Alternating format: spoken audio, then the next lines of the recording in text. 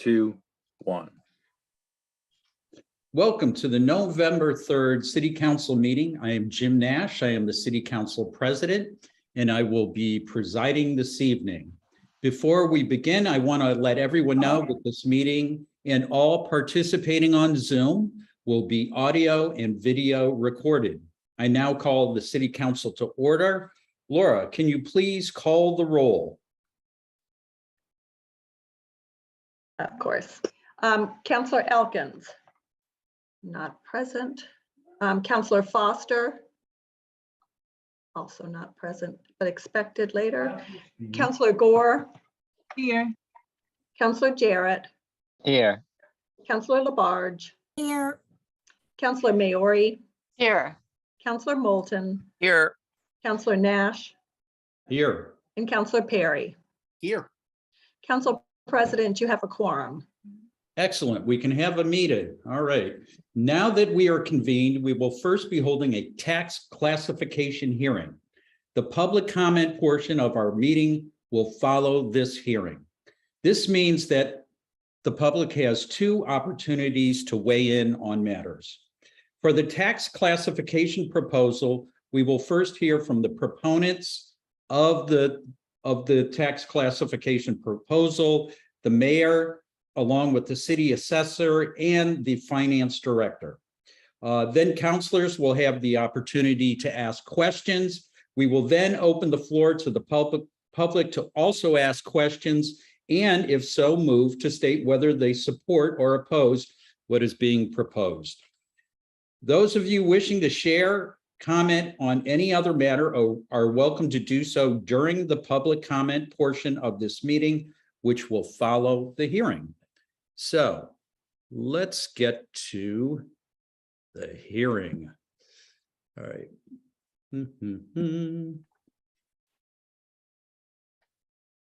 Okay, per Mass General Law, Chapter 40, Section 56, the Northampton City Council will hold a public hearing on Thursday, November 3rd, 2022 at 7 p.m. by remote participation to discuss the percentages of the local tax levy to be borne by each class of real and personal property within the city of Northampton for fiscal year 2023. The City Council will hear all persons who wish to be heard thereon. Could I get a motion to open the public hearing? So moved. Second. Motion made by Councillor Moulton and I believe seconded by Councillor Labarge.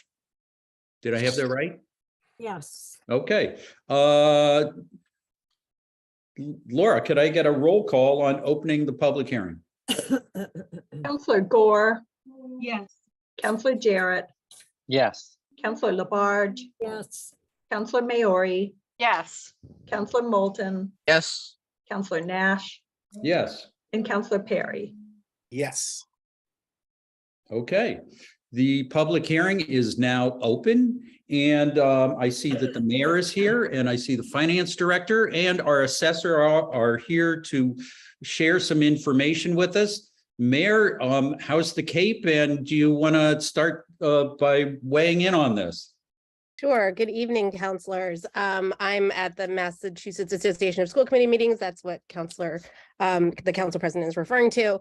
I'm happy to be coming to you live from Hyannis. And very happy to be joined this evening by Principal Assessor Mark Datro and of course, Finance Director Nardi. I also see that a member of the Board of Assessors, David Murphy, is also with us this evening. And I know that Mark has a presentation for us. So unless there are any questions before we begin, I think we would be happy to begin. So this is something that we have to do annually for new counselors.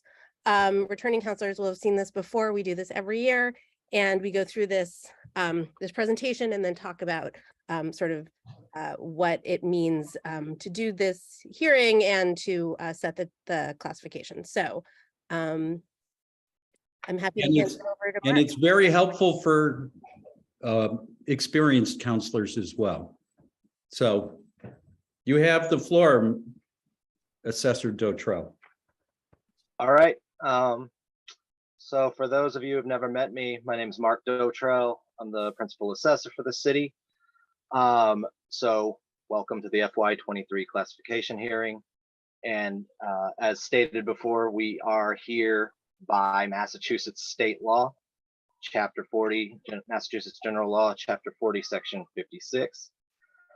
It states that once a year, the city council and mayor must decide whether to adopt a factor of 1, which would create a single tax rate to evenly distribute the tax levy among the 4 different property classes, or if a factor of 1 is not guaranteed upon, then the mayor and council must decide if the tax rate will be split in favor of the residential class or in favor of the commercial, industrial, and personal property classes. So since 1978, there have been 4 different property classes. This was the Classification Act of 1978. Those classes are residential, commercial, industrial, and personal property. On slide number 4, you can see descriptions of each one. Residential includes all property containing 1 or more units used for human habitation.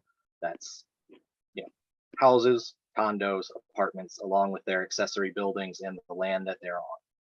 Commercial includes property held for purposes of conducting a business, such as stores, office buildings, hotels, as well as chapter land, that's farmland and recreational land and forest land.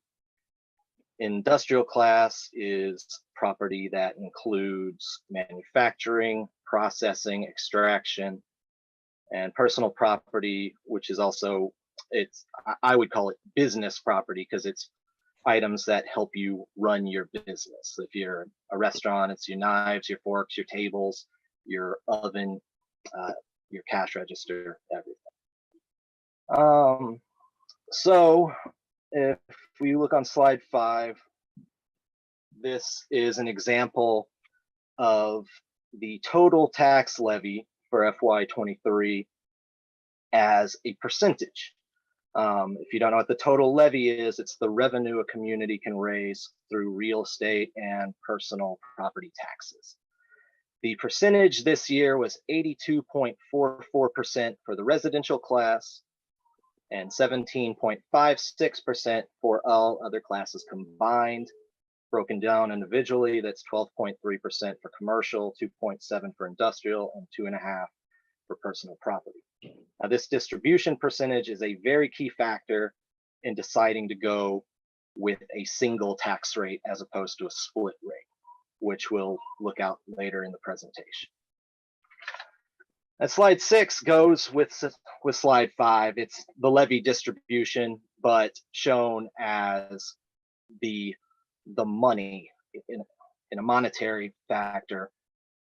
59.6 million comes from the residential side, 8.9 from commercial, 1.9 from industrial, 1.8 from personal property. And that gives us the total levy of 72,342,854 for FY23. And the total levy is important. It's one of the key factors in figuring out the new tax rate. To figure out the tax rate, you divide the total levy by all real and personal properties valuations. If you look on slide 7, this shows you a 10-year history of the levy. You can see that there's a very steady growth in this 10 years of the residential class. The all other classes are a bit more stagnant, and they usually had a little bit of growth each year. COVID did hit the commercial side, the commercial and personal property classes pretty bad last year. Made a little bit of a comeback this year, but it's still, we're still on shaky ground with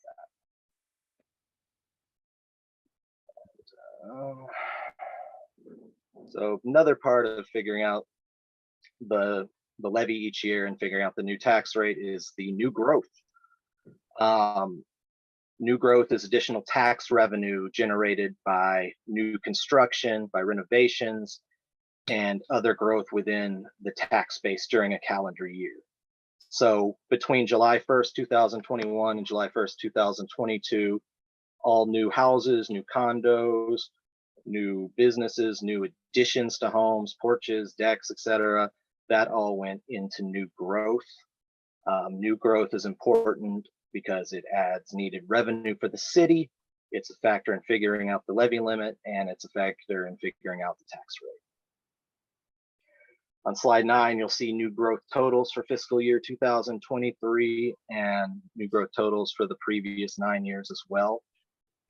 $35.1 million of the growth came from the residential side of things, and $21.5 million came from the commercial classes.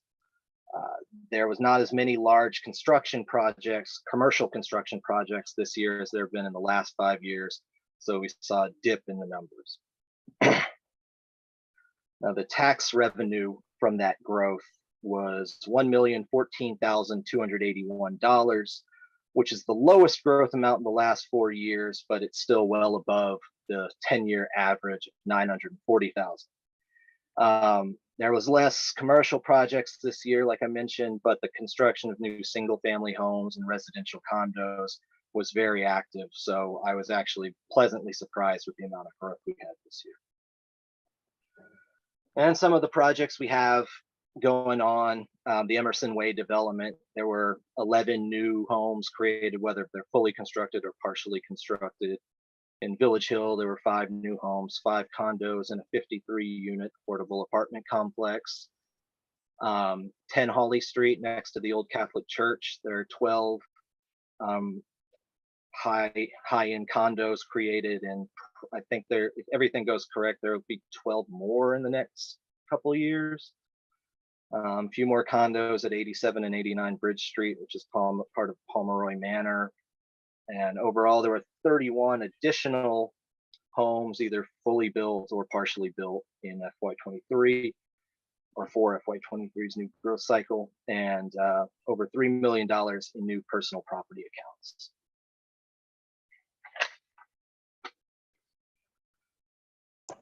So shown here is the actual levy we used, $72,342,854, compared with the with the highest available levy, which is $72,846,333. We decided to not quote tax to the max this year for a few different reasons. I don't know if Charlene would like to weigh in on some of these reasons, if she's available. Hi. Yeah, so we did not tax all of our levy. The mayor, with Mark and I, felt that with inflation and the increases that homeowners are feeling today, that it was best to not do that. So we, as Mark noted, we did not tax to our actual capacity.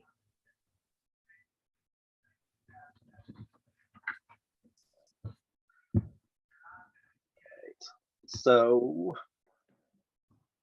on slide 13, you'll see descriptions of or options for what you can choose for the tax rate.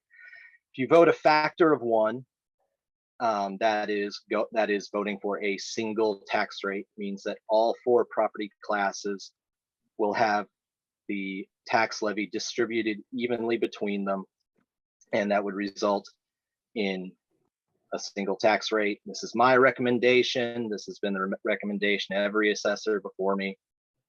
If you vote for a factor of less than 1, then that would shift the tax burden onto the commercial, industrial, and personal property classes, and you would get less of a tax rate for the residential class. Conversely, if you go for a factor of greater than 1, you'd have the opposite effect, and the burden would be put on the residential class and lower tax rates for the commercial, industrial, and personal property classes.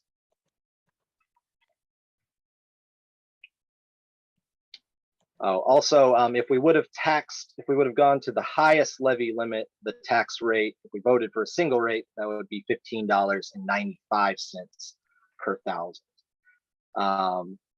With the levy we're deciding to go with, if a single rate is voted upon, it would be $15.84 per thousand for FY23.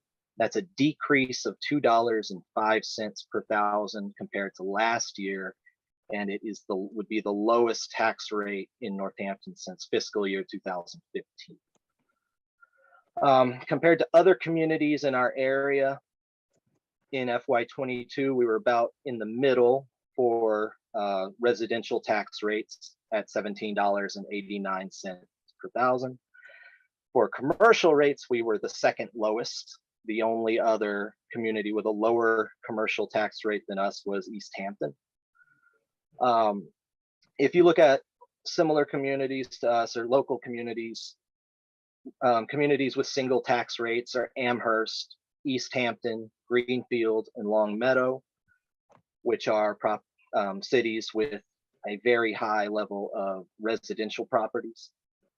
Local communities with split tax rates are Agawam, Chicopee, Holyoke, West Springfield, and Westfield, which are all cities that either currently have large industrial bases or at one time had large industrial bases. And on slide 15, you'll see examples of what the split rate would be and comparisons to what it would be as a single rate. Splitting the tax rate would lower the residential tax rate from $15.84 to $14.62 and raise the commercial industrial personal property tax rate to $26.12 per thousand.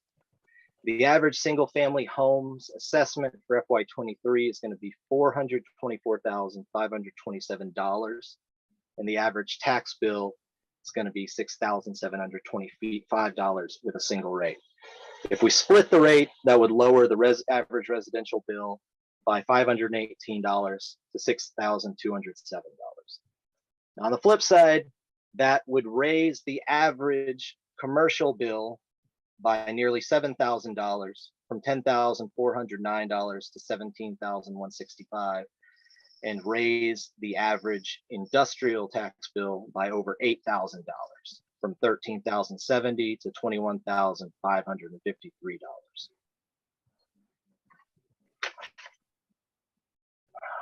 So around the Commonwealth, two-thirds of 240 communities in Massachusetts, which is about two-thirds of the state, have a single tax rate. 107 cities have tax rates that favor the residential class, and only 7 communities in the state have tax rates that favor the commercial classes.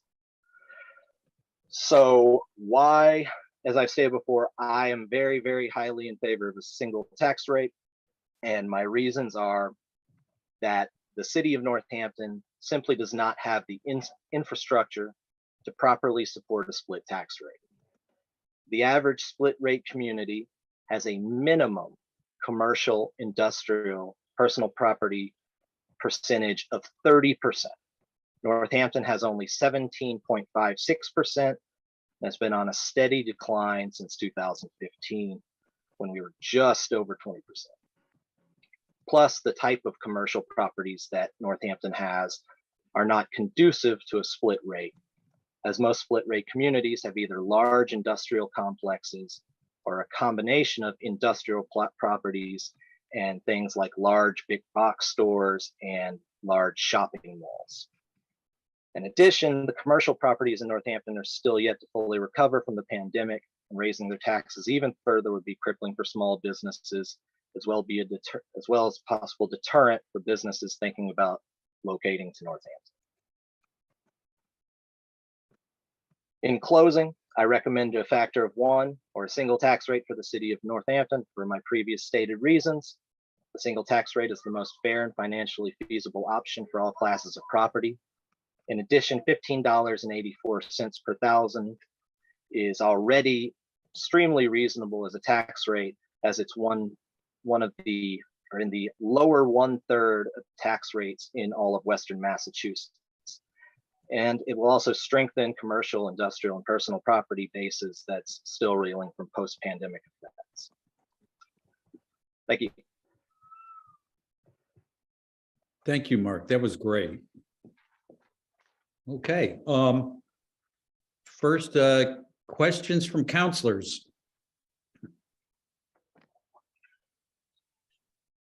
Counselor Labarge. Thank you. Mark, reading what was just placed on the screen about once you split the tax rate, it's very difficult to go back into single. Can you explain that? It's political suicide. It's like I'm not a politician myself, but if you split the rate and it doesn't work,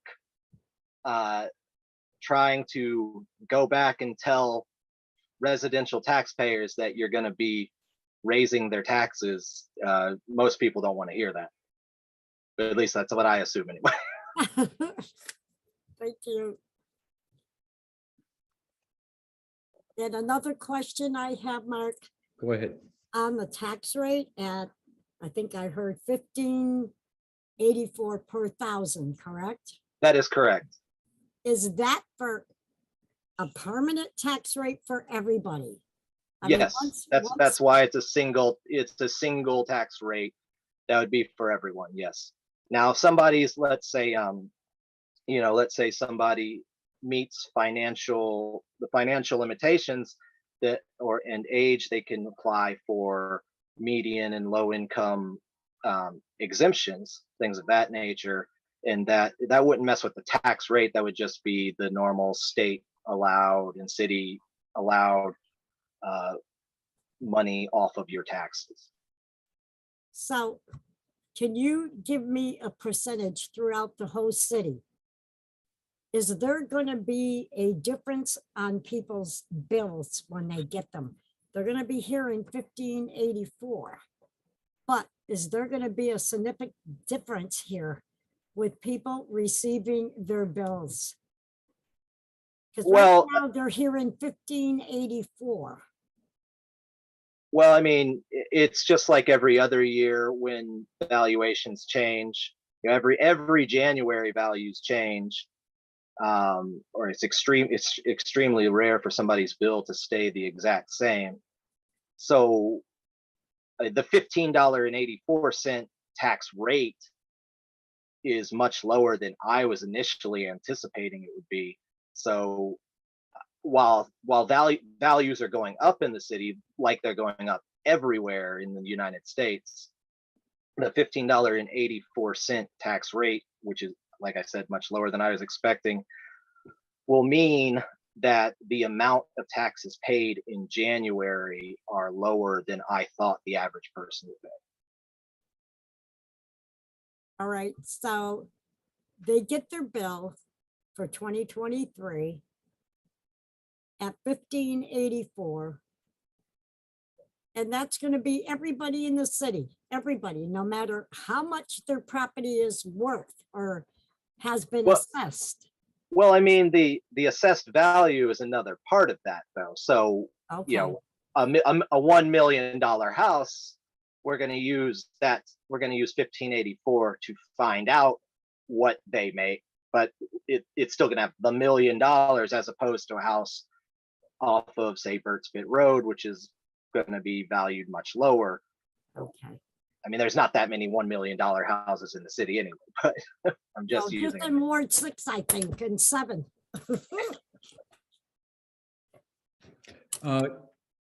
Counselor, well, Mayor, did you want to say something? And I realized I was muted. I think that Director Nardi wanted to add something, but I just wanted to sort of reiterate something that Mark had said before, which is, you know, of course, it's national news, right? Values, home prices have really escalated in the last few years, and that's across the whole country.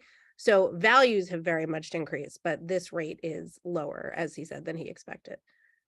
Sorry, Director Nardi. So no, I just wanted to thank you. Good evening, everyone. I just wanted to reiterate what you just said. You know, nationwide, everybody is feeling the pressure. The assessments are going up because of the sales of houses over the last year. However, as I said, the mayor has worked really hard to make sure that we're feeling less of that pressure by bringing that tax rate down. So you're not feeling it on both ends of the equation that Mark just talked about. And one of the things that we are seeing, and we'll talk about this more when we go through the first quarter report, is revenues are coming back. And so as we saw that in FY 2022, we started to plan for that in FY 2023. So we raised our revenue expectations, which helped bring down that tax rate for this year. And we'll talk more about that when we go through the first quarter report. Thank you. Thank you. Okay, Counselor Jarrett was next, and then Counselor Maori. Thank you. I wanted to build on Counselor Labarge's question, which was, I know last year we saw, it was a pretty significant increase for the average single family homes tax bill. Was it something like 9%, or maybe that was just some folks? But how is the average single family tax bill going to change with this, you know, if we adopt this rate and we go with 1584 per thousand compared to fiscal year 22? Well, the rate is $2.05 less per thousand than FY 22's tax rate. So at least in turn, while assessed values are going up, because by Massachusetts Department of Revenue law, I have to value homes at their fair market value. So while home prices are going up, but the $15.84 tax rate will certainly blunt what I thought would have been a much, I don't know how to phrase this, a much harder January for some folks.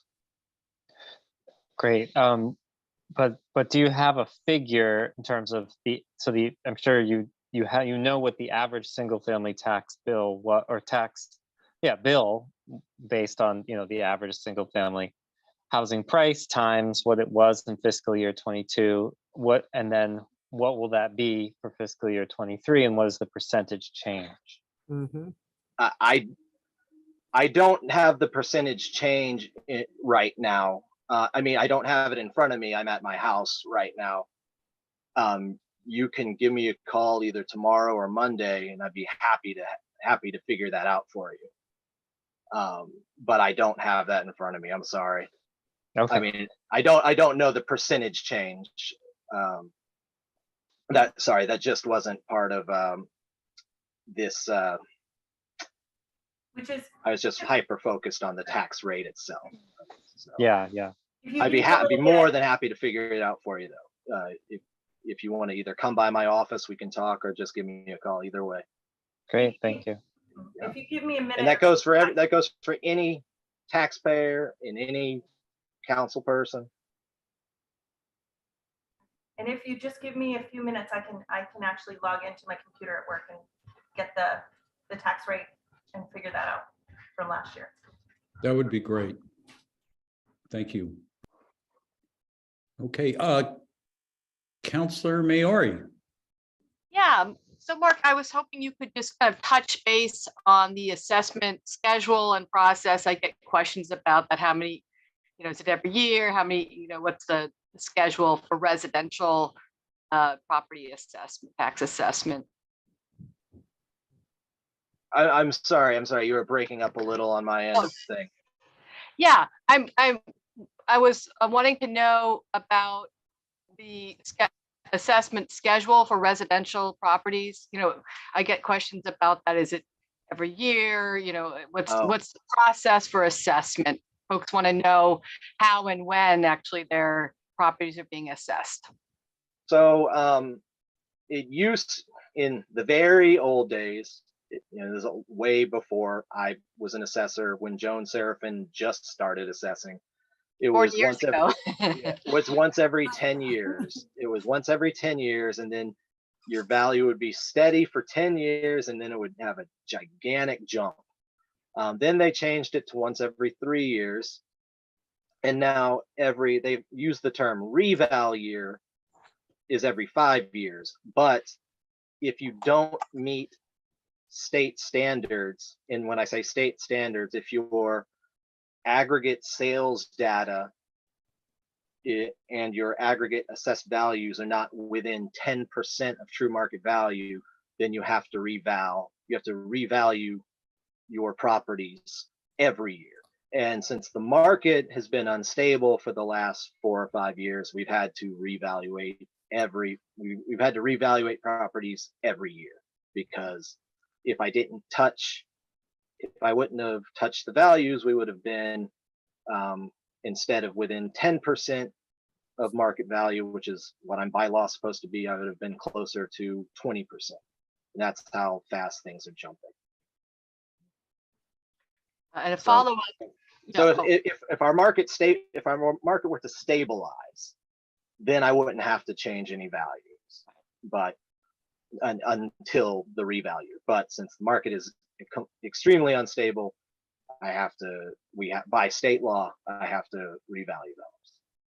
yeah, that sounds labor intensive for you in your office. I'm happy to have a job. Yeah.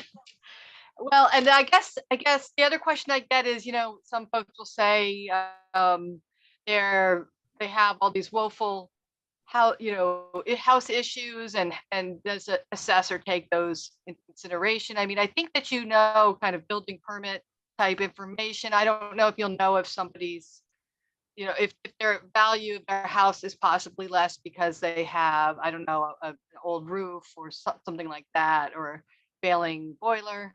I just described my house. Anyway, yeah. So how does that work with that kind of detail in terms of what's going on with the house?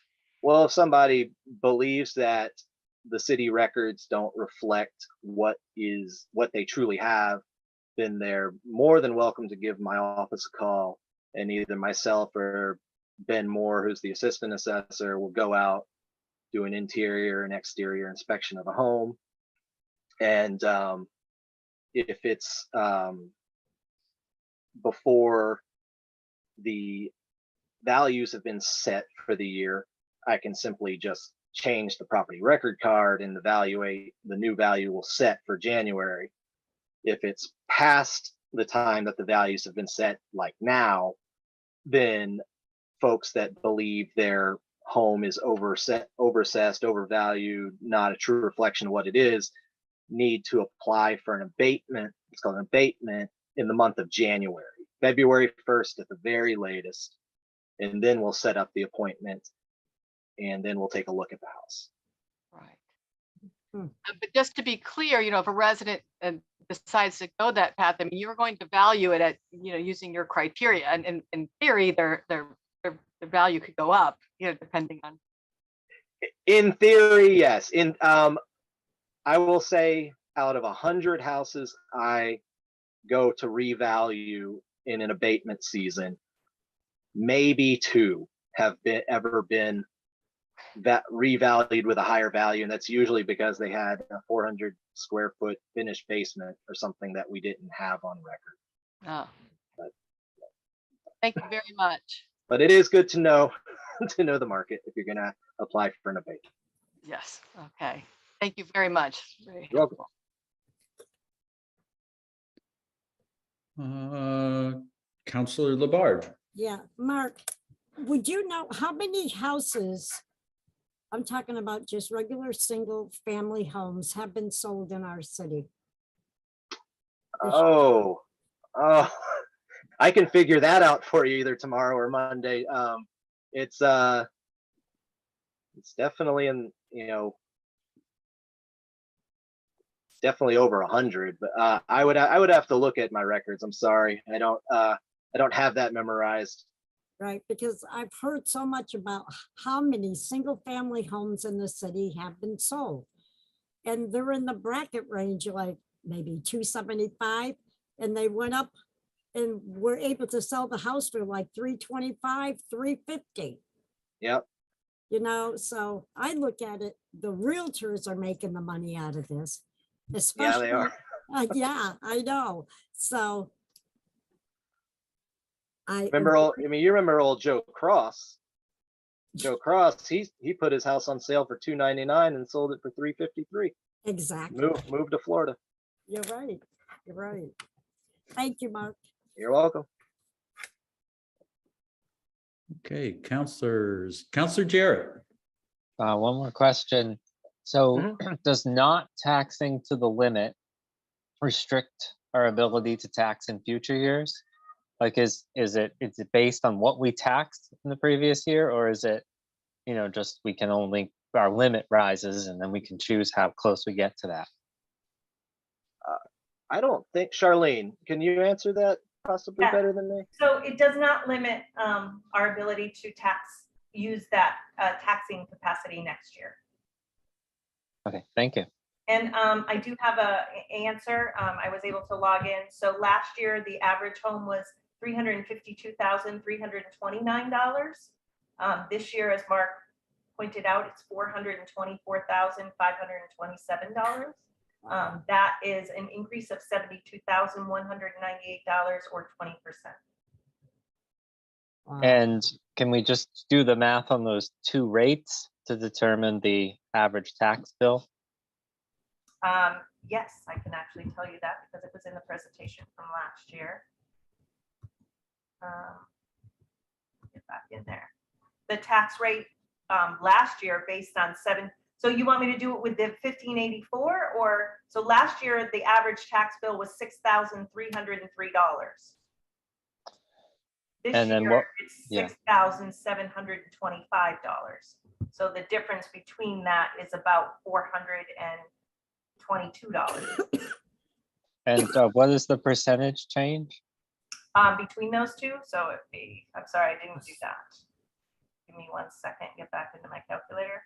422 divided by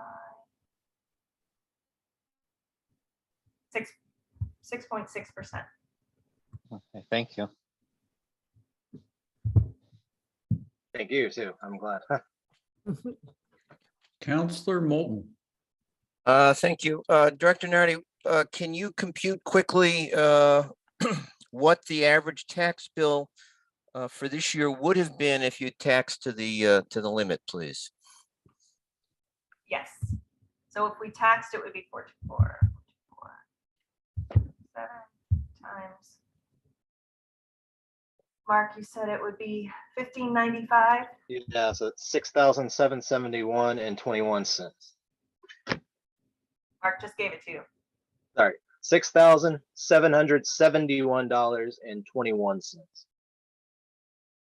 Thank you.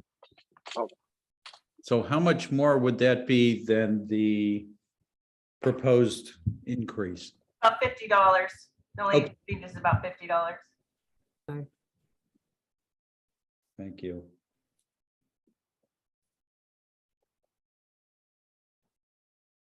Okay, not seeing any more questions here.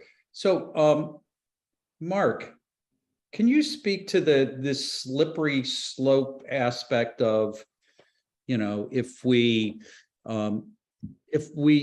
chose to tax our commercial industrial sector more than the residential sector, can you give us some examples of where that really works well? Like what's a community where like this has worked out really well for them? Locally? Well, we're looking for cases where it really worked. I don't really know. I mean, and I don't want to sound disparaging of any other community in this area. Right. But Holyoke, for example, once had a very thriving industrial complex. It was an industrial city. Right. That doesn't exist any longer, and the split tax rate history is not doing them any favors. Their tax rate for commercial personal property industrial is over $40 per thousand now. Wow. Westfield is, it's not, they still have some working paper mills and things like that. So I can see that. And I don't know enough about the city of Westfield to comment too much, but I can see that being successful for them as long as those mills stay there.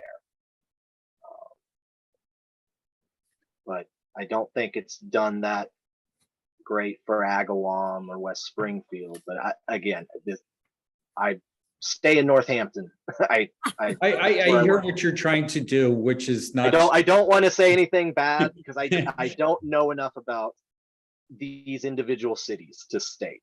Yeah, well, I know in the past that during this discussion that Councilor Dwight would take time to speak to the city of his origin, Holyoke, and their struggles to climb, to rebuild their industrial base once it pretty much collapsed. It's been very hard to recover it, and with the fact that to attract new businesses with what you were talking about, a $40 per thousand tax rate, that's pretty difficult to do. And that and at the same time, what we're talking about here and have been doing with our factor of one split is that we're actually a pretty business friendly community here, that a rate of $15.84 per thousand is going to be a lot more attractive to for example, attract somebody possibly to the property on King Street, which we would love to see filled in, which is the former Leah lot. It'll be really helpful in terms of attracting somebody to what will soon become the former Coca-Cola plant. And that also, and I want to say within this that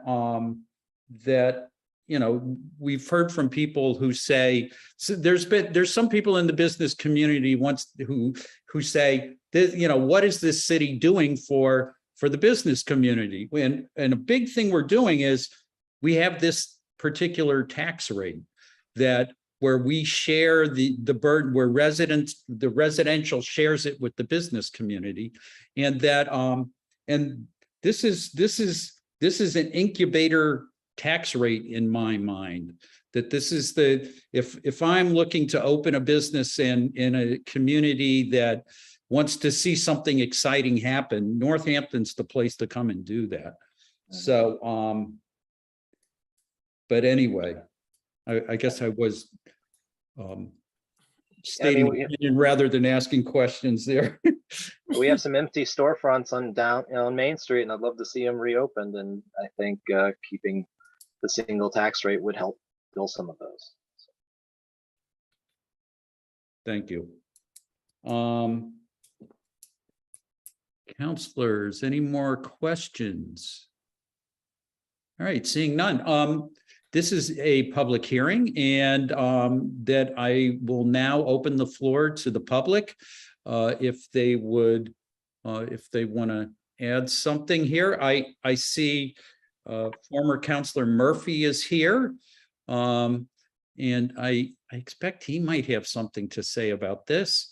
But if you could raise your virtual hand, and we can queue you up to speak.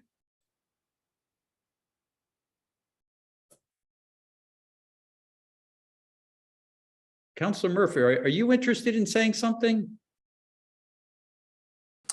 I'm very happy to comment, because I've spent 43 years immersed in Northampton real estate, and this is probably over 20 of these hearings that I've been to, and you guys control the levy side. The values float where the values float. So your control is controlling the levy. The market goes where the market goes. And, it's during COVID, the residential values shot through the roof because a lot of people fled Boston, they fled New York. They wanted to come out here. They drove up the prices of residential property. And as we see, residential property increased in value tremendously. As if you owned residential property in Northampton, your nest egg went up tremendously. And even under the values rose so much, it drove the tax rate down by over $2. I mean, that's fabulous. Mark said he was amazed by how much the tax rate went down residentially. And still the average price property in Northampton, the taxes on that don't even support one school tuition. I mean, put that in perspective. We spend more per every student than we tax the average residential property.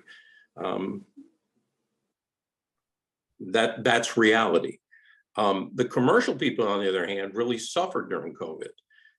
You're right, we have empty storefronts. And I'd like to point out to you that with Main Street, most of those properties have triple net leases, which means the property taxes pass through to the people who run the businesses. They're not paid by the property owner, they're paid by the person selling jelly beans or the person selling posters or whatever they're selling.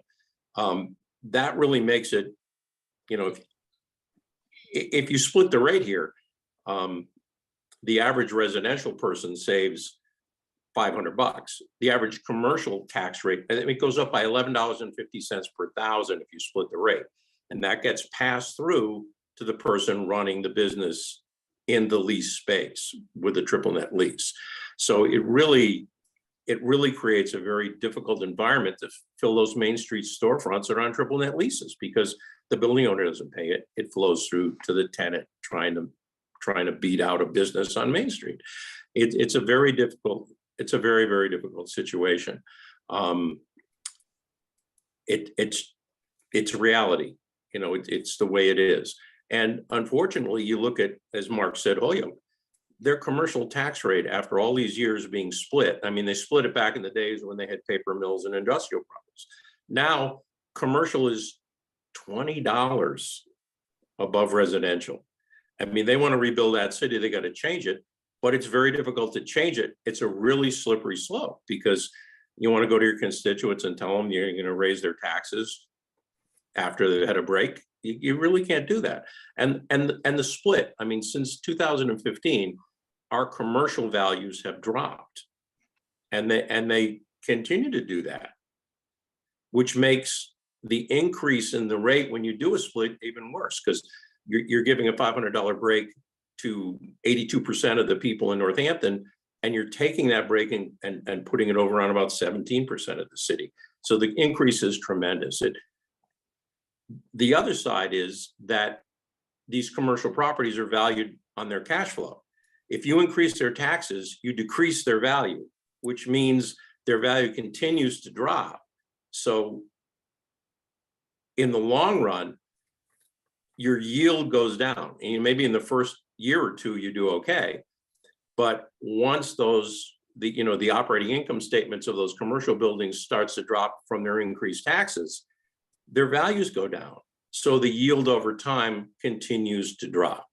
And the likelihood that people are going to come and start businesses here, particularly in rental spaces, when given the triple net lease, their expenses continue to increase. It really is, it's a difficult situation. The communities that get away with it, Boston gets away with it, because you've got large commercial buildings there that can't move. You know, the Hancock building is not going to move because you split the tax rate.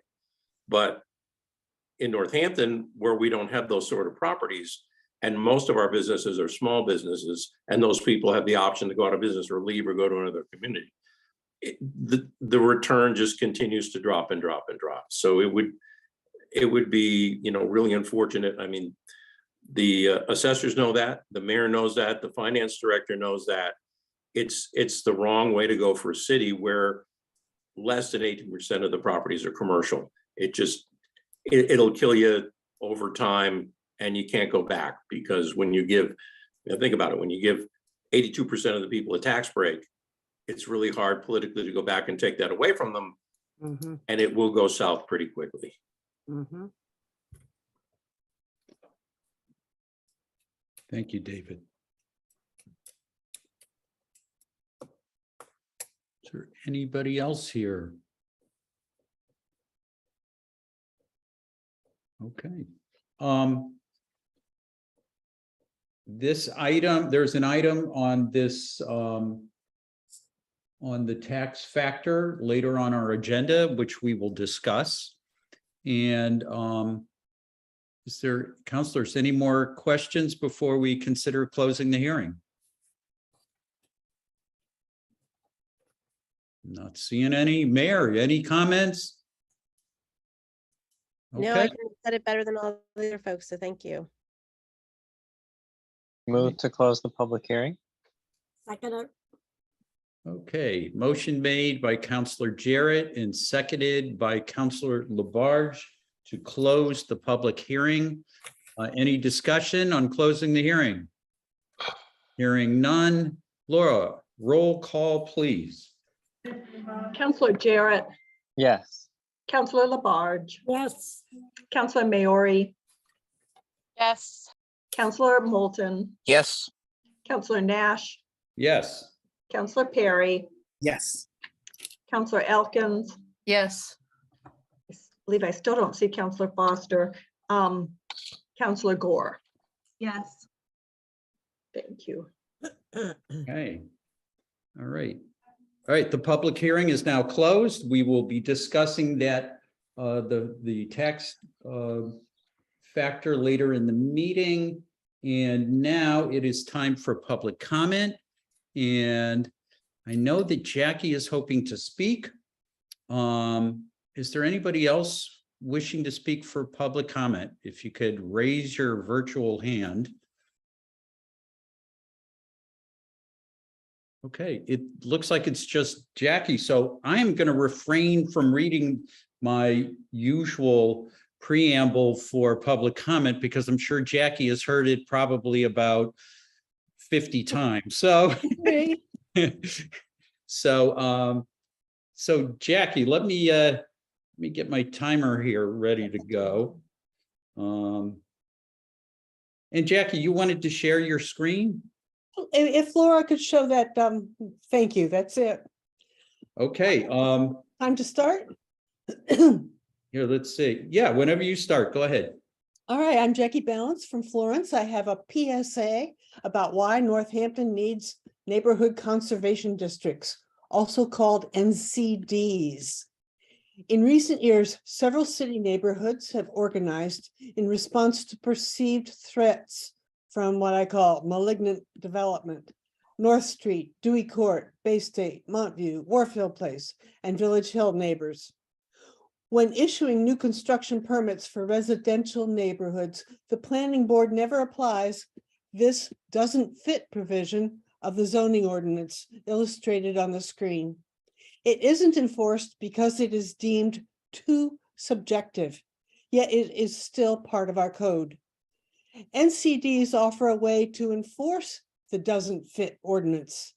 NCDs could give our neighborhoods a voice in the permitting process to prevent the Orwellian type of development we have seen in Bay State. Our mixed 19th and 20th century working and middle class neighborhoods have been organizing to seek some neighborhood autonomy through the creation of NCDs. Actually, all of Northampton is a beautiful gem. Macros maps compiled by the state reveal scores of historical entities for our neighborhoods already, and the listings are far from complete. Recently, an officer from the Cambridge, Mass. Historical Commission told us that for 40 years, NCDs have successfully protected their architecturally and historic distinctive areas. NCDs are empowered to approve new construction, demolition, and even certain alterations according to specific guidelines that are tailored to the design qualities of the neighborhoods and encourage the protection of the neighborhoods for the benefit of the entire city. We have learned that there are ways to implement NCDs economically scaled for a smaller city like Northampton. We have been a program rather for providing more subsidized housing. Developers have provided a glut of luxury housing we just heard about. Many people agree that the housing crisis is most acute in the middle income level housing, especially starter homes. NCDs could help to encourage more of the much needed middle level infill in a way that leaves us with some trees and green space instead of trauma caused by bad infill. Stand by, I will be talking more about this in the future. Thank you, Jackie. I let you go a little long because I know you practiced to try to keep it under 2 minutes. So Thank you, thank you. I didn't hear the buzzer. it was a very gentle, you know, it's not that cruel blue sky timer. It's my, Oh, it's That my that would have icon. stopped me. So Thank you, Jim. you're welcome. All right, any other folks for public comment? Okay, oh. I see Gwen. All right, Gwen, let me get my timer ready again. All right, where'd it go? All right, go ahead, Gwen, city and town, or. Yes, my city name and is town. Gwen Nabad and I'm from Northampton. And I am really sad about the taking down of the oak tree on Bridge Road or street, I forget, right outside of my apartment building. When the construction on King Street had started, you know, I thought I had it covered, and I was assured by previous contractors that were working there that they wouldn't do that to us, that they weren't going to cut down the tree. And lo and behold, 2 Thursday mornings ago, I woke up to the building vibrating and a chainsaw, and the 76-year-old oak tree was cut down. So most likely, that is done by action of MassDOT, but I still feel like we should be protecting these old trees. My guess is that it was planted right after World War II. And then I also did file a complaint with them. I haven't heard anything, but what do they want to give back to the community? Because we need our trees here as much as possible to be, just taking some of the dust and sort of protecting us. So that's all I had to say. Thank you. Thank you, Gwen. Okay. Anyone else? Okay. Time to move on to the next item on the agenda. Announcements from councilors and the mayor. Councilors, mayor, do you have any announcements?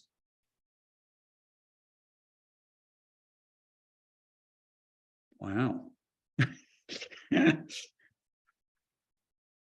Mayor.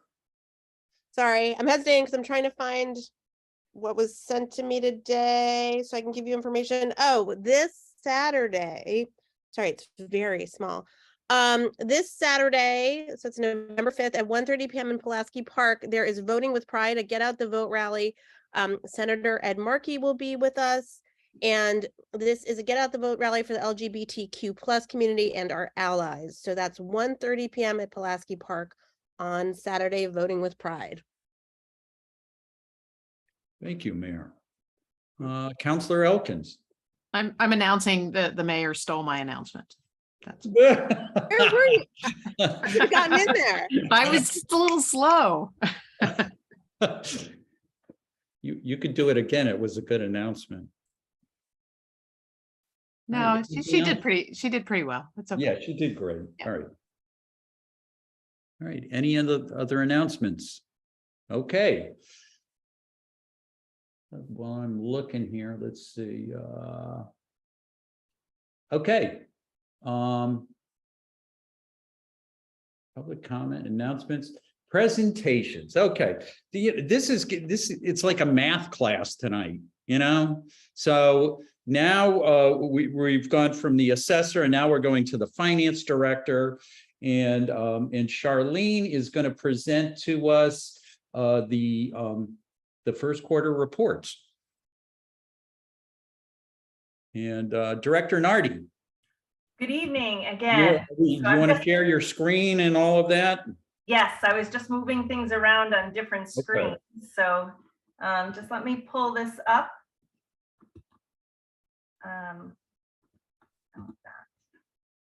Okay, and then I'm going to share my screen. Which screen is it? Huh?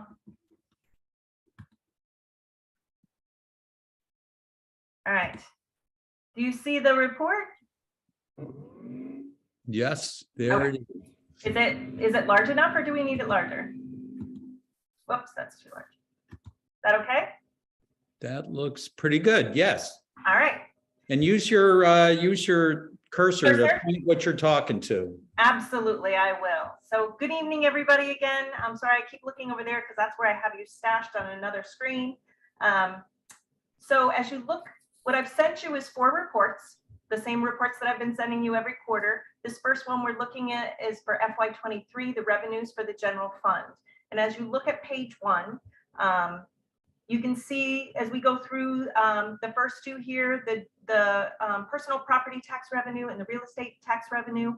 If you look over here in this last column, and as I mentioned before, this is the column you kind of want to pay attention to. You can see we're right on target. We're at 23.6 and 24.5%. We are at this time of the reports being printed, we were at 25% of our through the year. So then also, I want to draw your attention to motor vehicle excise. As you can see, that is not at 25%. And I just want to remind you that's because most of the tax bills go out for, unless you bought a car recently, the regular tax bills, the majority of the tax bills go out in February, and we receive that income in March. So you will see this percentage jump after the 3rd quarter. Then if we drop down to hotel motel, and we're going to go into detail a little bit more after we go through these reports, but as you can see, we are doing really well with hotel and motel. And again, I'll remind you that we're looking at 2 metrics here. We're looking at how we compare to what I actually budgeted. And as you can see, for meals, we budgeted 600,000 and 550,000 respectively. And we are doing very well in comparison to those. And one of the things we talked about is why the tax rate dropped. And that's because these amounts were much lower in FY 2022. But because we're seeing that rebound, we increased them for FY 2023. And if you remember, when we were making these decisions, it was still back in March and April. So we've seen even more so a growth. And, assuming that will continue, we will see those revenues rising, we hope, in FY 2024 as well. But this is all good news, especially for these 2, because they were really affected by COVID, and we believe we're seeing them come back. And we'll talk about that in a little while.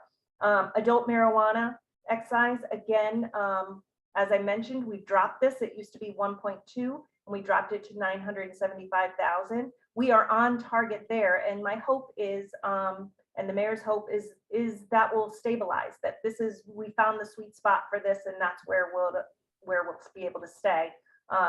Although we're still being very cautious because I'm not sure if we've seen that leveling off or not. And then if you go to the bottom of this page, we start with the parking revenues. And generally we talk about them not as individual, but we group them together. So I'm going to move on to page 2, and using the ones on the 2 on the first page. Collectively, the first quarter is at $346,532, which means it's on track to meet the budget projections. Again, we actually, I think this is 1.2 million as well as a collectively, and so in the 300,000, we are right on target at 25%. We noted before that this revenue really hasn't come back from before the pandemic, and we've talked about before why those reasons may be, and whether it will ever come back. We'll just look. I mean, it's still a wait and see game on that, how that is doing. Then if you go to the next thing here, if you look at the ambulance, if you look at this, we're at 32% of the budget projections. We upped this, we increased this amount, up to 2.4 million for the budget. And again, we're already exceeding it. This has continued to rise. I'm not sure what I can say about that. I mean, in some ways it kind of makes me a little bit sad. But it continues to be a revenue stream for the city. Then if we go to the bottom, actually, you know what? I want to go down here a little bit, and I wanted to point out building inspections. One of the things we talked about was, not that one. I apologize. It's for the next one. So here we are, building permits. So when we talk about, let me go back. I don't want to make you sick. So this still looks does not look good when you look at 1.2, but that's because you're going to see Smith Voc in here, the tuition. The reason for this, we build the bills for Smith Voc tuition for receiving that $8.5 million is done 3 times a year. So that has not been done. After the second quarter, you will see this number over here raise, and then you'll see 33% of our revenue has been received because they will bill those out. And that's why this is so low. So then if I go on to page 3, I wanted to point out in this that generally speaking, we're running above 35.2%. So we're above the 25% of where we expected to be. But I did want to point out that some good news here with the building inspections. You know, we have not seen this amount, this budget really come back. So we've been very conservative about that. We budgeted at 300,000 and already we're at 59.9%. You know, I'm not really sure what that means. If some inventory has loosened up in the summer, if you know there's more skilled laborers out there, skilled folks who are able to do the jobs. But I was really happy to see that there as well. So I wanted to point that out to you because that's a bit of good news for us as well. And then if we move on, these right here, we've talked about these. So we go down here, this is the state revenue. This comes in when it comes in. It's usually right on target, 25.1% for 25% of the year. And you can go through, but these are sent to us when they're sent to us by the state. If we look here on page 4 at the parking tickets, you will see we're at 27.9% of the budget. And again, this varies based on the personnel that we have. You know, do we have the PEOs, the enforcement officers to walk around? And also, you know, we don't expect, looks great on compared to our budget, but again, it's not as high as it was in the past, which is kind of a good thing because now we've offered the electronic way to bill the meter. So there's not as many tickets out there. We hope we're providing a convenience for people who visit our downtown. So then if we move on, oops, sorry, went too fast there. And then this last one, again, interest on investments.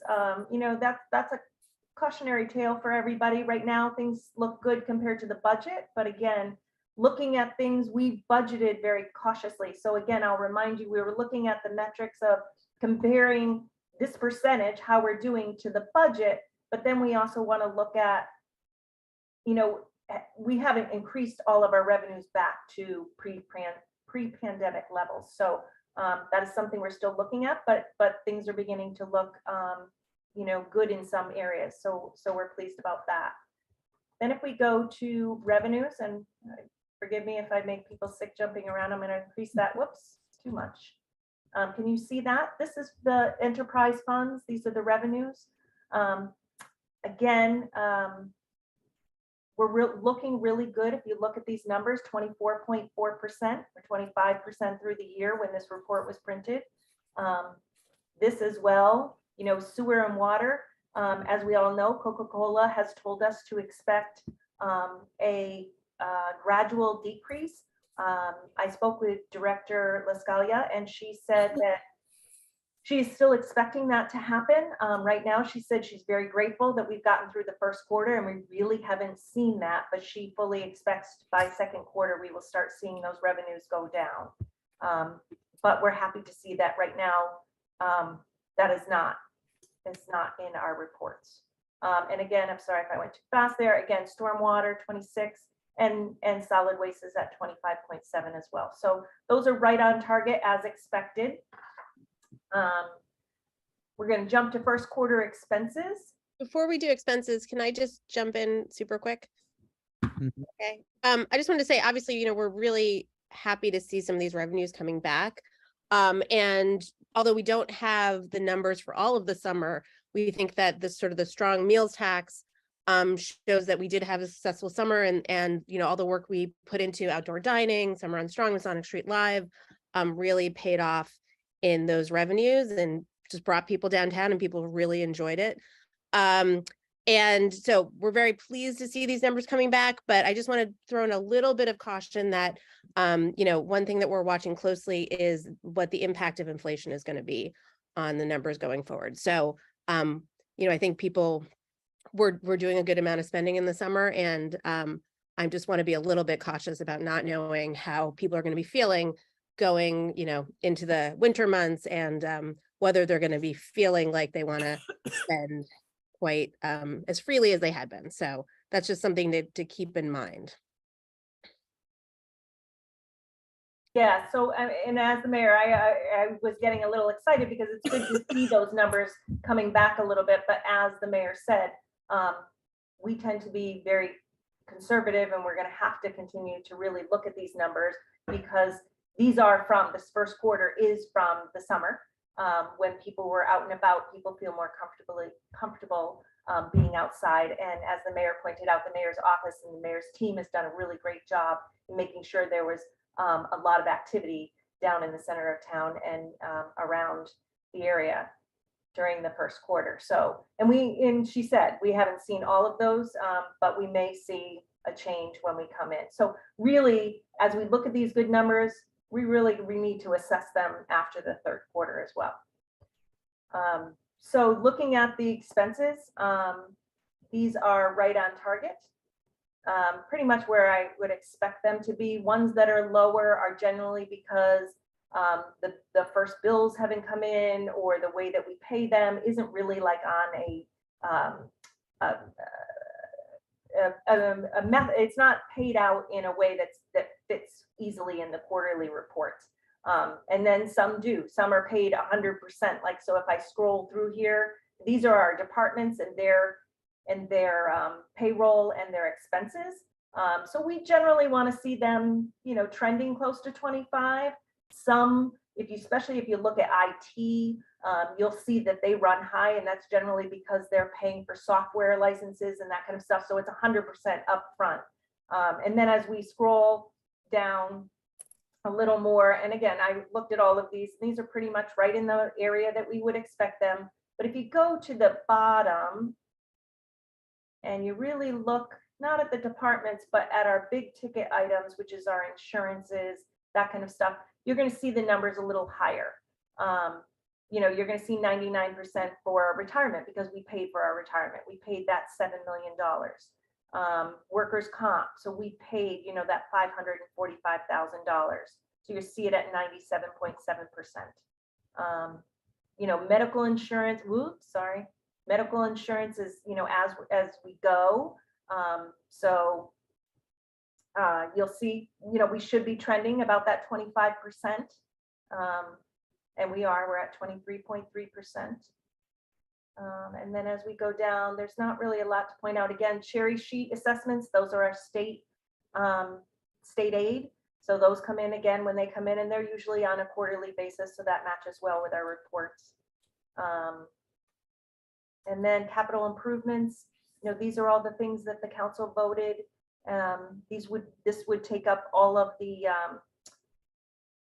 orders that the council voted and that we're going to be spending money on, and what has been spent, money that's been carried over because projects are ongoing. And then that was about it for that one. And then if we look at the quarterly expenses for enterprise, again, these as well don't always fit well with a quarterly report, but they, according to Director Lascalia, these are pretty much on track.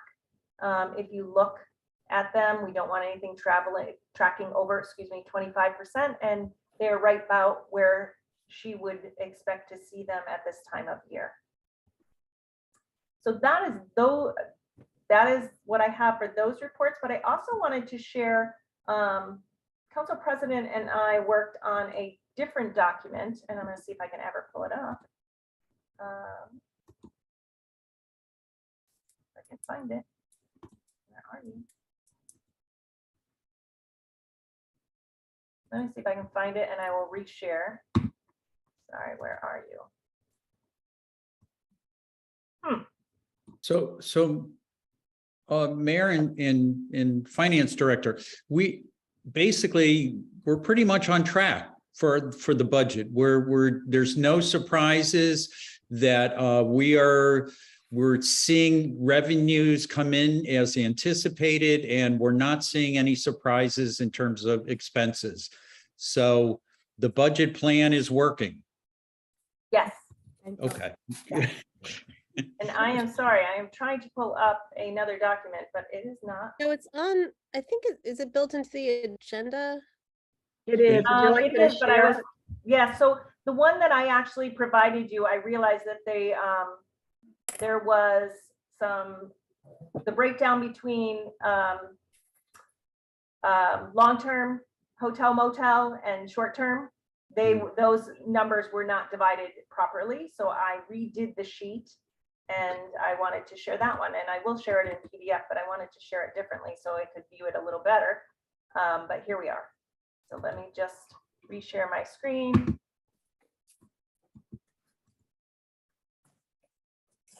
And where are you? There you are. Share. And let me just blow it up a little so you can see it. So this is going to look a little different, and I will resend this to all of you so that you can see this, because like I said, short-term rentals compared to the meal to long traditional lodgings, the breakdown between those two were inaccurate. So I wanted to fix that. So I will resend this to all of you, or I'll ask Laura to, so you have the correct one. But so what we were talking about is meals tax. This shows you, so let me first back up a little bit. When we get meals tax, we are actually, for this first quarter, that is from the sales that happened in May, June, and July of 2022. So that's the money we receive at the end of September. We receive the money from the sales of May, June, and July of 2022. And that was what the mayor mentioned. So we are still missing the August sales. We will see those in quarter two. What this document shows, and this is something that Councilor Nash and I worked on. So this is the quarter that we get it paid from the state. This is the percentage that we get in sales. This is the estimated percentage that the state receives from sales. And based on those numbers, the numbers that we receive, we calculated the estimated sales within the community. So this is, that's what this document shows, and it compares FY 2020 all the way up through our current FY 2023. So if you look at the first quarter of 23, you see we're at 203,000. If you look at 2022, in that same quarter, we were at 173,000. In 2021, that first quarter, we were at 126,000. And in 2020, in September, so this was May, June, July of 2019, we were at 189,000. And as the mayor said, her team worked really hard this year to make sure that people had the dining experiences that made them feel comfortable. They had the taste, they had summer on strong, so that people were coming out into the downtown area. And I think that shows in this first quarter, and we'll see a little bit of that in the second quarter as well. Then if you look at, really I'd rather go to the traditional lodgings. Again, this compares the same 4 years, 2020, 21, 22, and 23.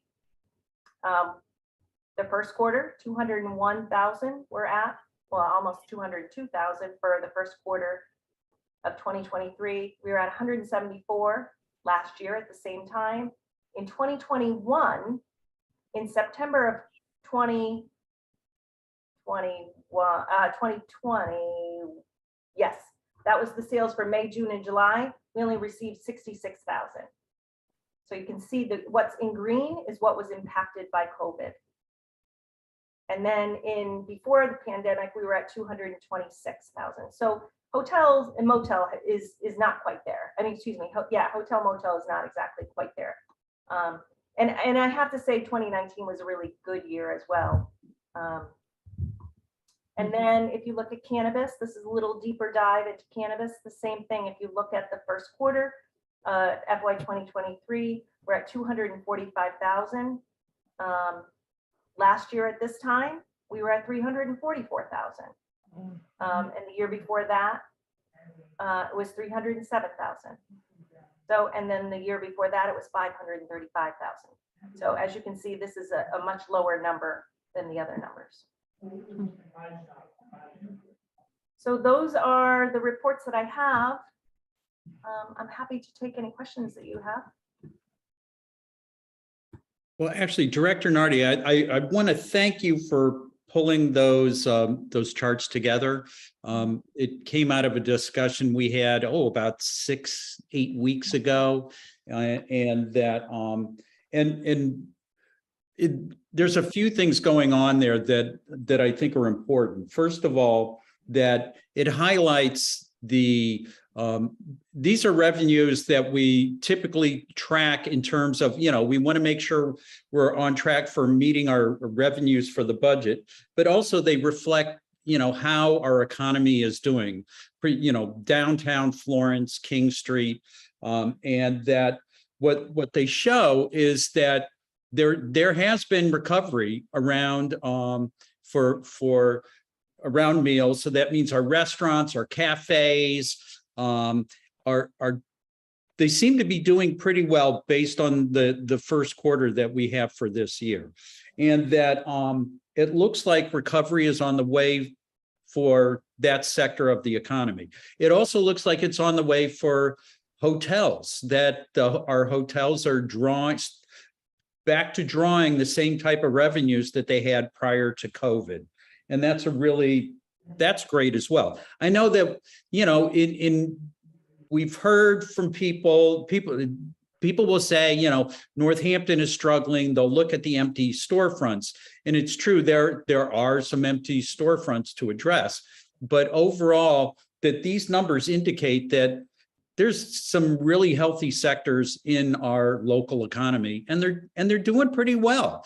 And that the other piece has to do with and it kind of matches up with the data that Director Nardi shared at Finance last week about cannabis, that cannabis is clearly on a downward trend, that the numbers that we saw back in 2020 it's a slow, the decline is downward, and that there's not a big, we can't anticipate a big expansion of those types of businesses in that downward trend. And so anyway, I thank you for pulling all of that together. I think it's really helpful. I'll say this, that Director Nardi and I, as we were talking about this, we weren't able to tease out that sector of our economy that kind of reflects those empty storefronts, which is the missing retail that is, we see it both in Florence, and we see it on King Street and downtown. And once I got this information, I got right on the phone with Amy Kaelane, and we're going to be sitting down to hopefully come up with some information and data to share back with folks around, that sector, because I think that's the piece hasn't been doing well. And as we've discussed, cannabis shops and, filling in some of those spaces, that the reason that there's those empty spaces is because that sector has really struggled. So anyway, Director, thanks for pulling those together, and thanks for sharing those. Thank you. Councilor Maori. Yeah, Director, where and how are Airbnbs reflected? How does that work? Is it part of hotel? No, so, and I should have Yeah. explained that better. I apologize. I just interrupted you. I'm sorry. I have a tick climbing on me. Can I just take 1 second Do. and get rid of it? I'm so sorry. It's Don't here, be sorry. and I'm kind of freaking out. So, Go, go, Here. go. Well, I'll do something outrageous so that no one sees. I don't know. I'm not really, can't think of What's anything. going on? What? I don't know. There's a tick. There was a tick climbing on her. Oh. Oh, Yeah, I don't think it was a metaphor. I think it was real. oh my God. Yes, let's have a PSA about checking for ticks. It's not too late in the season. It for is definitely text. not, particularly when it's been so warm like it has been the last 2 days. Yes. Mhm. And a PSA that Pfizer is currently in a stage 3 clinical trials for a Lyme disease vaccine. Nice. About time. That FYI. is so Yes. needed. So I apologize. I just didn't want No. to lose it in my house. So yes. So I should have explained that screen, and I'm happy to bring that back up if you want me to. But one of the squares on that sheet, and I will bring it up if it's all right with everyone. Yeah, thank you. That. So can you see this screen? No. Can you? Yes. Oh. Are you seeing this screen right here? Yes. So if you Yeah. look, so I'm gonna scroll down. So this where it says short-term rentals. Oh, I'm gonna okay. Move this over. So this was the breakdown that was kind of a little bit confusing with the traditional lodgings, and I wanted to make it clearer. So for September, our first quarter in FY 2023, we brought in $11,000 for Airbnbs. So those are broken out differently. We do receive those separately, and they are put into a different fund. So these are the Airbnbs that you'll see. So compared to September for FY 2020, which was the sales from May, June, and July of 2019, we were at 3,500. But I think that's when it was just passed. So I think that's when we kind of started, was in FY 20 with Airbnbs. And then as you can see, you know, these were in FY 2021, we had 7,000, 2,000, 6,000, 8,000 for that year. A total of 47,000 up from 25 in 2022. And then right now we're seeing $11,000. You know, not quite 25% of what we saw last year. So that's where you'll see the Airbnbs and the short-term rentals. Hey, thank you.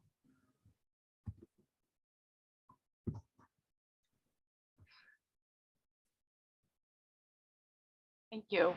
Counselor Gore.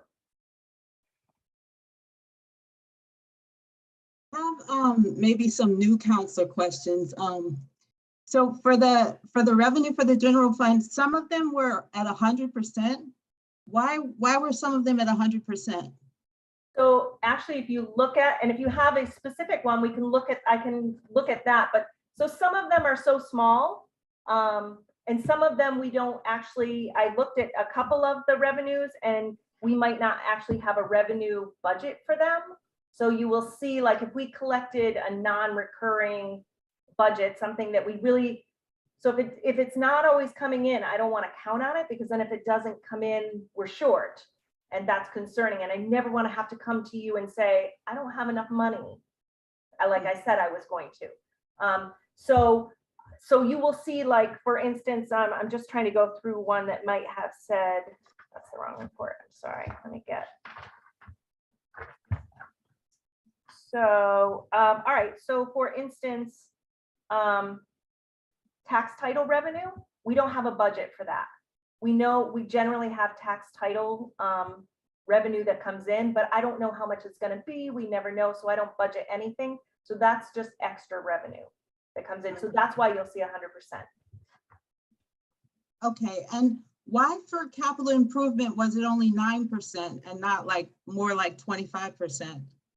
So those that are on there, the capital improvements, those are all ongoing projects, and it's just based on the money that was carried over. So projects are ongoing. When we close the year in June 30th, we have to do a process that's called encumbering money. And so you may have a project that's $2 million, but we've only carried over 500,000. So you're only going to see the percentage based on that hasn't been spent of that 500,000 we carried forward, not that 2 million. So the project is bigger than that, than what you're seeing, I guess is how to say it. So they are working on their projects. That's not a good way to look at it, I guess is the only way to say it. So projects have been happening ever since you guys have, excuse me, since the counselors have approved those projects, they are ongoing.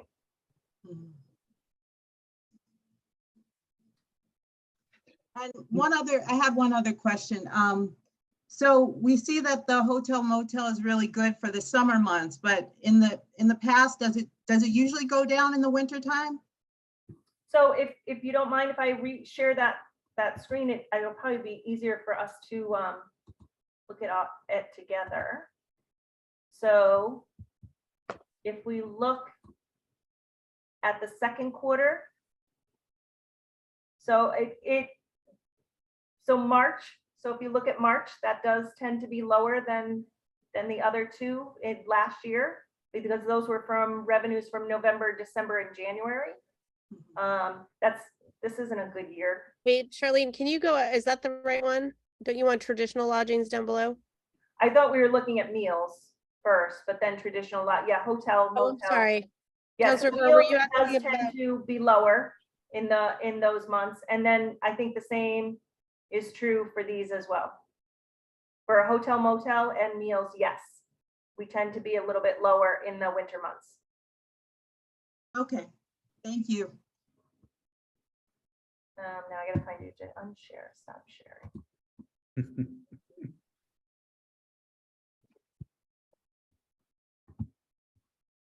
Counselors. Okay, I don't see any more questions on the quarterly report.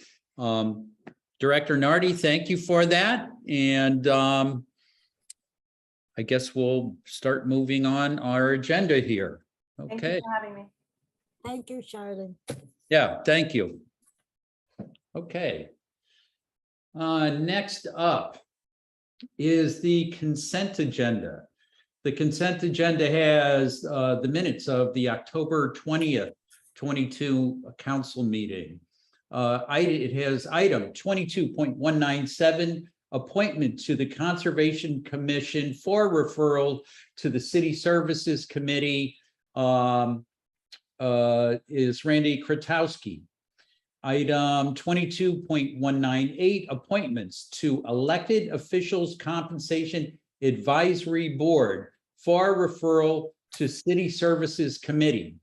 We have Tara Brewster, Felicia Corbell, Peter Whalen, Sam Hopper, John Holloway Bidwell, Javier Luengo Garrido, and Noreen Mikowitz Hayes. We have financial orders, which we discussed last time, that are here for second reading. Oh no, that's the end of it. Okay. So, are there any requests for removals from the consent agenda?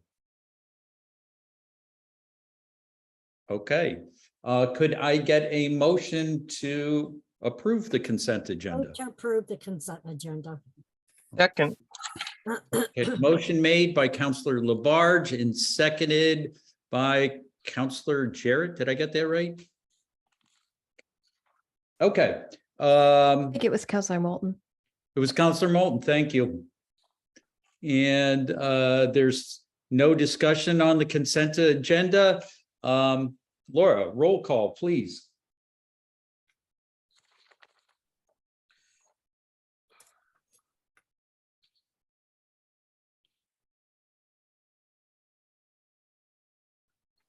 Laura, you're muted. I apologize. Counselor Labarge. Yes. Okay, Counselor Maori, Yes. Counselor Moulton, yes. Counselor Nash, Yes. Counselor Perry, Yes. Counselor Elkins, Yes. Counselor Foster, Yes. Counselor Gore, Yes. and Counselor Jarrett. Yes.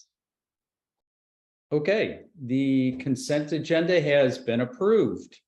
Next, we have two financial orders on first reading. We have item 22.189 in order to establish a tax classification for FY 2023. This is in first reading. Why isn't it loading? Oh, there we go. And it's nice brief order. It is ordered that the Northampton City Council approves a residential factor of 1 for fiscal year 2023.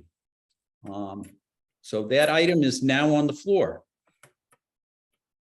In first reading, Counselor Labarge. Yes, I would like to make a motion to move the order 22.189 to establish a tax classification for the year 2023 of a factor 1.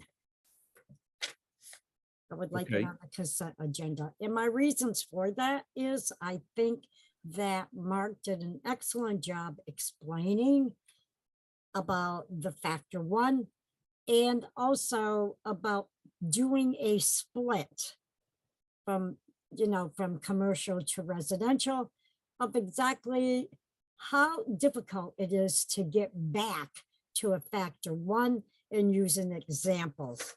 And what I liked about Mark was that he said counselors are very willing to go into his office, sit down with them, and even our taxpayers here in the city. And I think that is wonderful to hear that.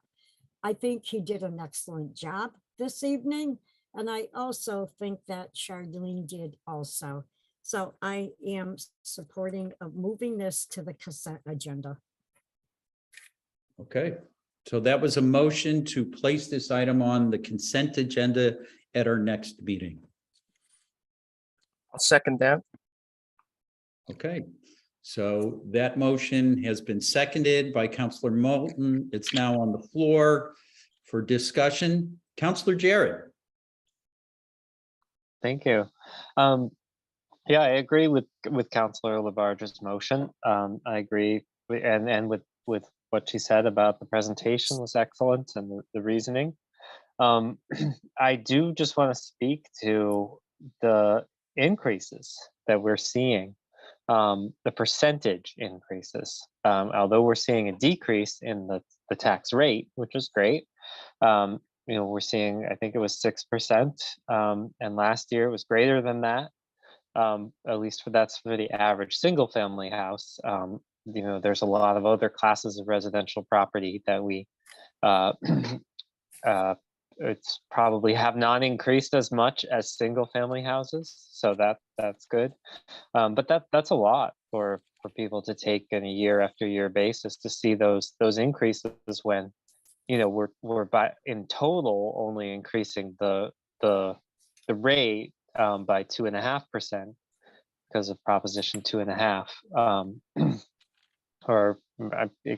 I'm not sure if rate was the right, because our rate's going down, but our total levy is increasing by that amount. But we can see that certain residential properties are taking on a lot there. And you can argue that, well, they're also reaping the benefits of that because they have a higher value to their property. But that is only valuable if you're going to sell your property. If you're going to try to keep living in your property, then you have to keep paying the higher taxes, even though you might not necessarily be able to afford that. So I just want to put that out there. I think I do every year, express these concerns and the desire to be able to give more aid when we can.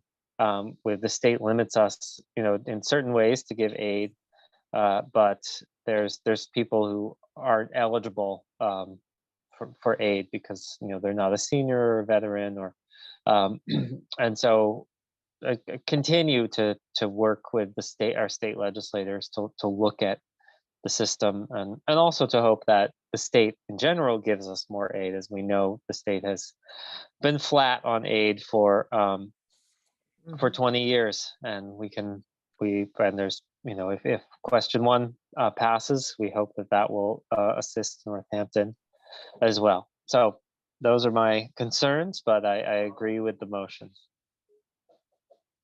Thank you, Counselor Jarrett. Counselor Maori.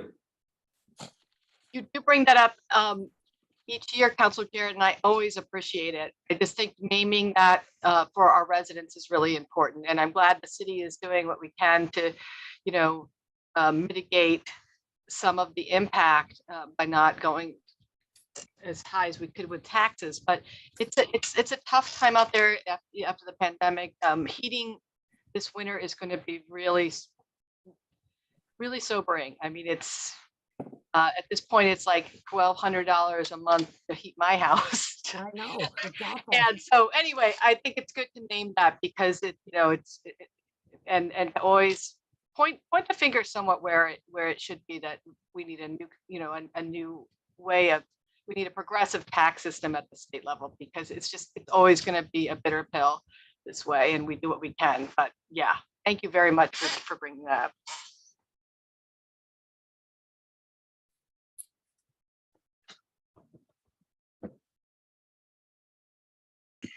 Councillor Moulton. Yeah, I agree with both my colleagues who just spoke, and it is important to note that this is largely a problem that the state needs to address. But I do want to underscore what both the mayor and Director Nardi said earlier, that if the city had chosen to tax to the maximum limit, the average tax bill would have gone up by, the average residential tax bill would have gone up by about 7.5% rather than the 6.6% that we're looking at. So I applaud what has been done locally to mitigate somewhat the increase that most people are going to see in their tax bills. Thank you, Councillor.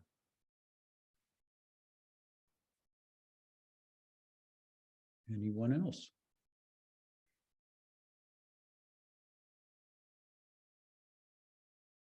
Okay, well, I'll weigh in then. And I'm glad that Councillor Jarrett mentioned the fair share amendment, and that that is something that we can all do to address that flat state aid portion. That the levy is about, I always picture a big pie, and with every year the state portion of the pie gets smaller because the numbers stay the same, while our pie keeps growing to meet our needs. And that there was a time where 20 years ago where almost 30% of the city budget was covered, was funded by state aid, and now I expect we're down to around 13%, and that's a huge difference in a budget. When we're talking 125 million, had the state kept a pace of where they were, we'd be talking $15 million more dollars, and we may not be in this place of where we would be asking the property owners in the city to pay up for this particular, to pay this high price. So yeah, it's a backward system, and it's not it's not fair to the folks who are just trying to stay in their homes and stay here in Northampton, when especially the folks on fixed incomes. So but I agree with this referral, and also it's going to go to the consent agenda, and if people have other questions and want to discuss it a little more, we can always pull it off the consent agenda next time around and discuss it further. But I do think that we've had a public hearing here, and that that we've had a really great presentation, and and we're not recommending any change from what the city and councils in the past have recommended. This concept of the factor of one, that we're staying the course on something that the city's been doing for many years. So yeah, so I'm very comfortable with this going to the consent agenda.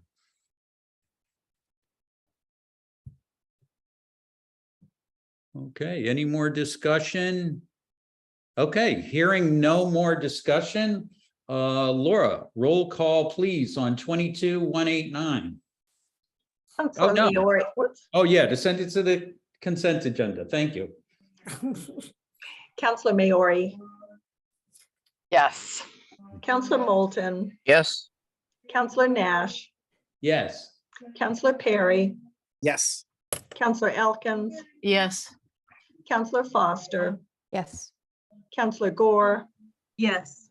Counselor Jarrett, Yes. and Counselor Labarge. Yes. Okay, 22.189 will, in order to establish a tax classification for fiscal year 2023, will be on our consent agenda at our next meeting. Next up, item 22.194, in order to appropriate senior center gift fund money for health and wellness financial aid. This is in first reading.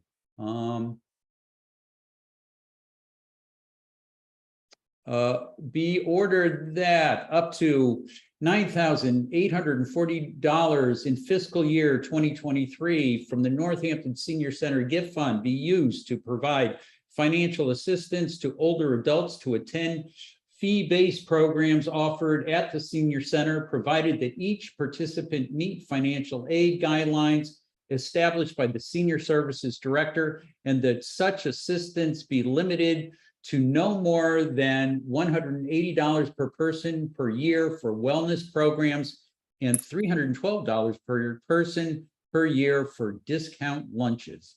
Mayor, you want to speak to this? You know, actually, Director Park is here. Oh, cool. Oh, good. I think she can unmute. I So can. I would love to have Director Park speak to this. Welcome, Director Park. Thank you so much, and good evening, counselors. I'm happy to report that we are seeing an increase in numbers of people attending the senior center, both our programs that we have at the senior center, as well as programs that we're holding in a hybrid or virtual format. I'm happy to report that in September, and I'm working on the October numbers now, but in September, our team did 65 orientations for new members as well as returning members.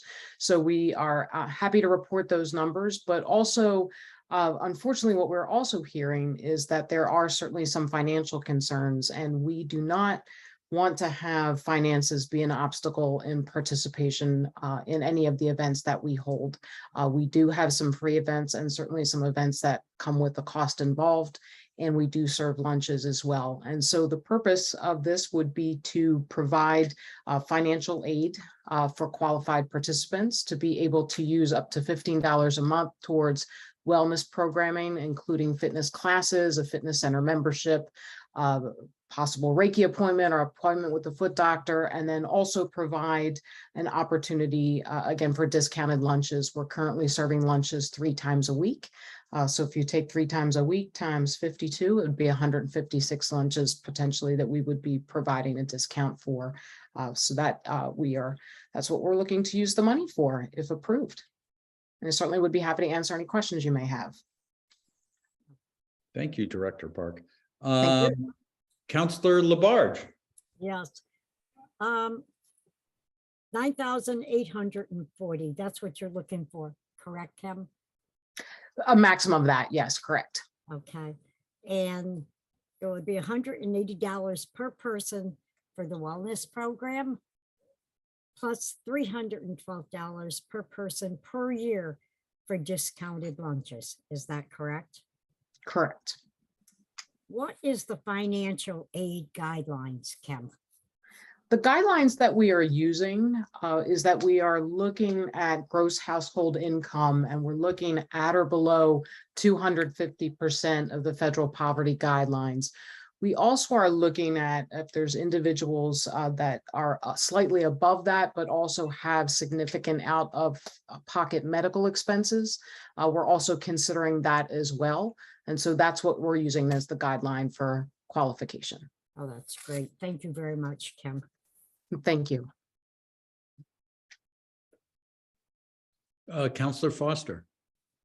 Director, thank you for being here and for bringing this up. And I was really glad when I was reading your memo to see that out-of-pocket medical expenses is being considered as well. A great quality of life for people to have access to the discounted lunches and to the fitness center activities. My only question for you is it looks like that's enough for 20 seniors. And do you anticipate that meeting the need for the year, or do you anticipate that maybe you'll serve 20 seniors and then look to serve more after once that's full? I think at least for the moment that will meet our need for the year based on participation levels that we have now. We're certainly continuing to see those increase. We are probably overall at about a third of our participation from what we were prior to the pandemic. So it is kind of a growing process. And I think that certainly we'll see that need increase. And there may be certainly ways that we can also offer the support if we reach above those numbers this year, but that's probably a pretty good estimate for the year in what we're seeing for participation right now.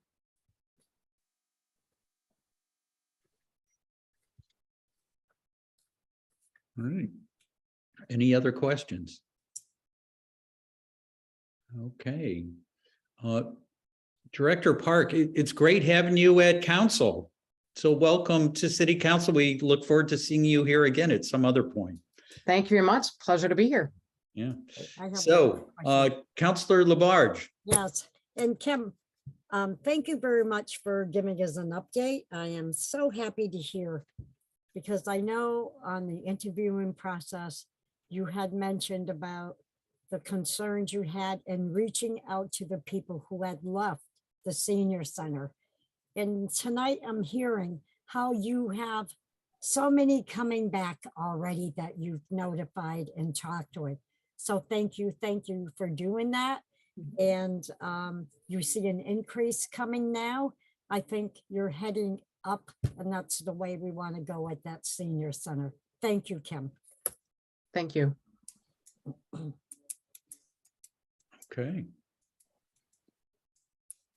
Councilors, we have a item on the floor to decide whether we want to, it's a financial order. Do we want to send it to the Finance Committee, or do we want to put this on the consent agenda? I'd like to make a motion to move it on the consent agenda. Second. Well, I almost want to give the second to Councilor Maori, who was wrestling with Councilor Labarge to make that motion. Okay. He's got to talk louder. Yeah, so motion made by Councilor Labarge and Councilor Jarrett. Are you okay with me giving that second to Councilor? Yes, I withdraw my second. Okay. All right, so we have a motion on the floor to send this to the consent agenda. Any discussion, further discussion on this? Hearing none. Laura, roll call, please. Counselor Moulton. Yes. Counselor Nash. Yes. Counselor Perry. Yes. Counselor Elkins. Yes. Counselor Foster. Yes. Counselor Gore. Yes. Counselor Jarrett. Yes. Counselor Labarge. Yes. And Counselor Maori. Yes. Okay. That item 22.194 will be on the consent agenda next time we meet. And good news, counselors, that is the last thing on our agenda. Math class for tonight is concluding, and I will entertain a motion to adjourn. Go ahead, Rachel. Move to adjourn. Rachel. So I just yell. I don't have a mid-range voice. That's the problem. Okay, motion adamantly made by Councilor Maori, and I think it was seconded by Councilor Labarge. I didn't even do, I was coughing. Oh, okay. Who wants the second? I'll second then. Okay, Councilor Perry. Okay, no discussion on adjournment. Laura, roll call, please. Counselor Nash. Yes. Counselor Perry. Yes. Counselor Elkins. Yes. Counselor Foster. Yes. Counselor Gore. Yes. Counselor Jarrett. Yes. Counselor Labarge. Yes. Counselor Maori. Yes. And Counselor Moulton. Yes. Okay. We are now adjourned, and thank you, everybody. You know, we've got Cape Cod reporting in New York City, and